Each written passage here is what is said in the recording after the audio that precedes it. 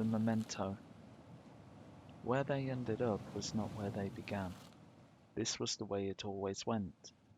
Ordinarily, they find their way back because they, or rather he, has the good sense not to take it too far. What it feels like, for him at least, is taking a skiff out in the middle of a squall. The further into it they go, the less probable it is they'll return.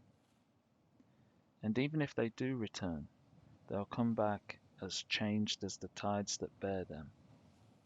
Thankfully, he can always read the water, and so often refuses to sail, or else pulls up short of trouble. But in recent weeks, the boys have taken up with the current and wandered further afield. Last time, he lost all sight of land until it bobbed up above the horizon just long enough to chase. And still she is willing to tease ever more topsail, even when, like this evening, the faint whiff of pine dissolves behind the salt and roses of light are lost in the mist. What normally happens is not what happens this evening. He sits silent because he recognizes that whatever he says will be taken the wrong way. What works best at such times is when he lets her sort of burn herself to cinders. Only then will he ever consider engaging her. Tired enough to hear him, some of what he says sticks, but sometimes she burns right through the night, and like cinders on winds, she finds fuel wherever she lands. He knows not to smile, frown, roll his eyes, or tut, but even he has his burning point. He ends up snapping back at her more often than not, mistakenly throwing out some snarky comment about her yapping whole mouth or her cooking or some such. A modest spark, it grows fierce incongruent wadding. She comes back at him with something about how real men ought to whatever, a comment that finds great success. This evening is no different, although this was always a foregone conclusion. It is a strategy that rarely fails and can hardly be considered success. All she's really done is raise the sunken anchor.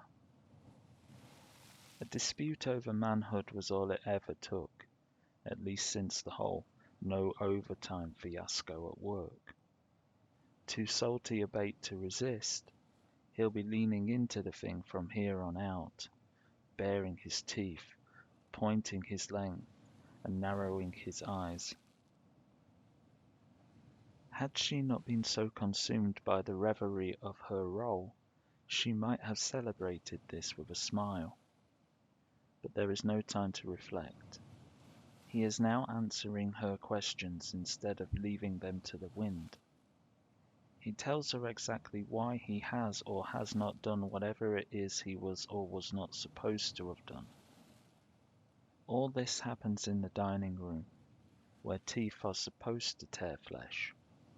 And again, what's on the table takes the brunt.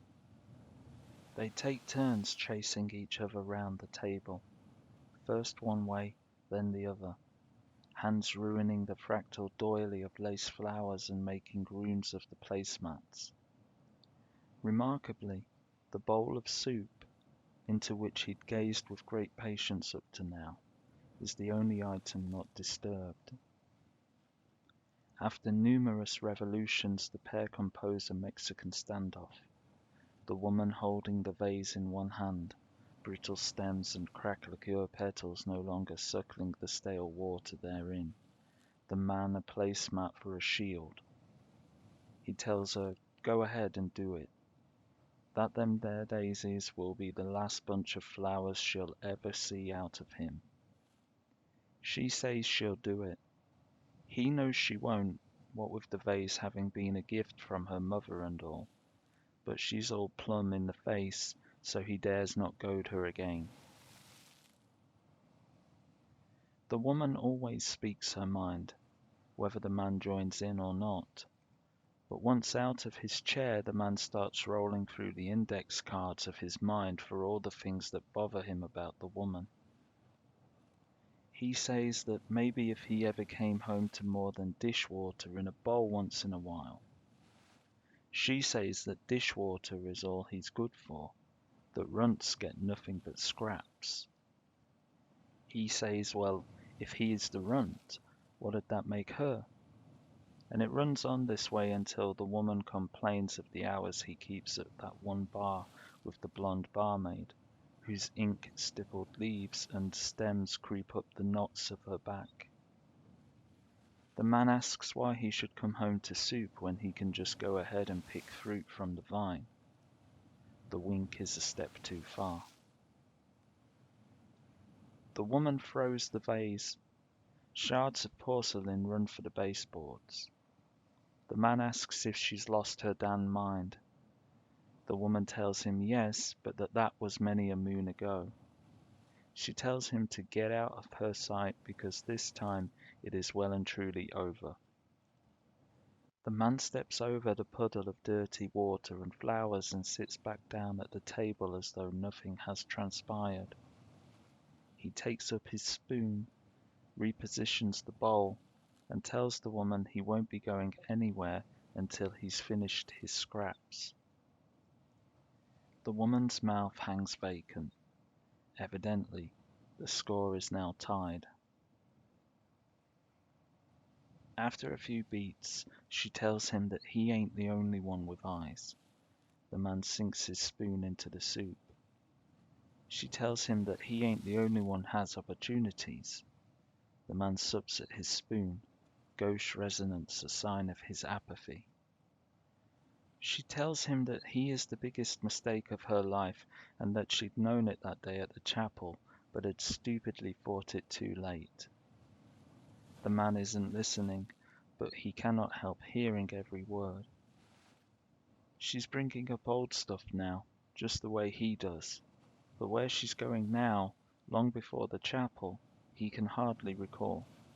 So many summers down south of the border have become an amorphous mass. He hears how she could have had her pick in her time, but that she must have done something desperately horrible in a previous life to have ended up with him. Still, he says nothing. He tries to remember the truth in how the things people say in anger never carry that much weight. But then they've both been drinking, and there's that old adage regarding truth and drunkenness. He wonders whether or not people truly understand anger. And now he no longer simply hears but listens as she sets about disregarding the past 12 years of marriage, professing instead her love for another.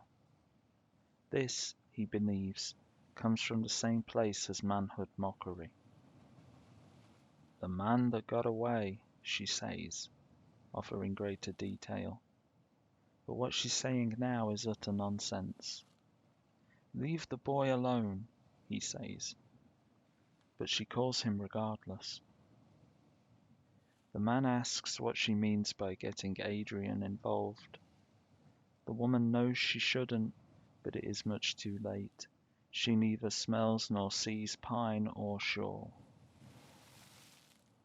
Once again she calls out for their son, only this time she shifts the vowels and adds a long alveolar trill. Adrian!